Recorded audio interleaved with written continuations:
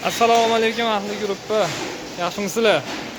Xo'p, simsetka sexidan to'g'ridan-to'g'ri bitta video tayyorlayapman. Qaranglar. Xo'p, birinchi o'rinda manzil dedi. Ko'pchilik manzilni so'rabdi. Manzil Farg'ona viloyati Oltiariq tumanida. Xo'p, ishlab chiqarish katta, ob'yom katta. Xo'p, hozir qush setka haqida ko'rsatavering, qanaqa turlari bor qush setkani mana. Eng ko'pi mana hozir 1,5, bo'yi 1,5 bo'ladi. Xo'p, mana shu bitta pachka 20 metr bo'ladi bir donasi. Buni kattagini turi ko'p mana.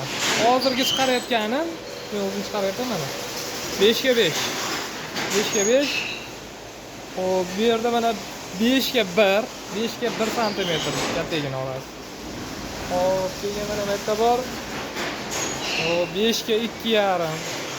Bu ham eng ko'p olinadiganlardan. Xo'p, shunaqa turi ko'p. Keyin mana shunaqa pakarlari ham bor mana. 1 metrliklari ham bor. Kerak bo'lsa. Bunaqalari ham bor mana 2,5 santimetr. Shunaqa.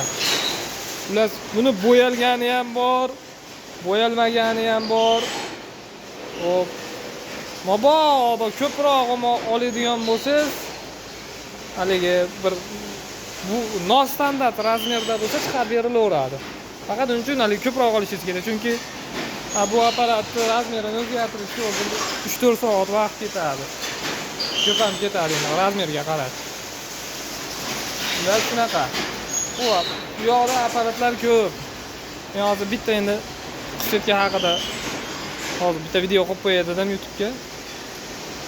Mana to'qimalar bor mana. To'qimalar.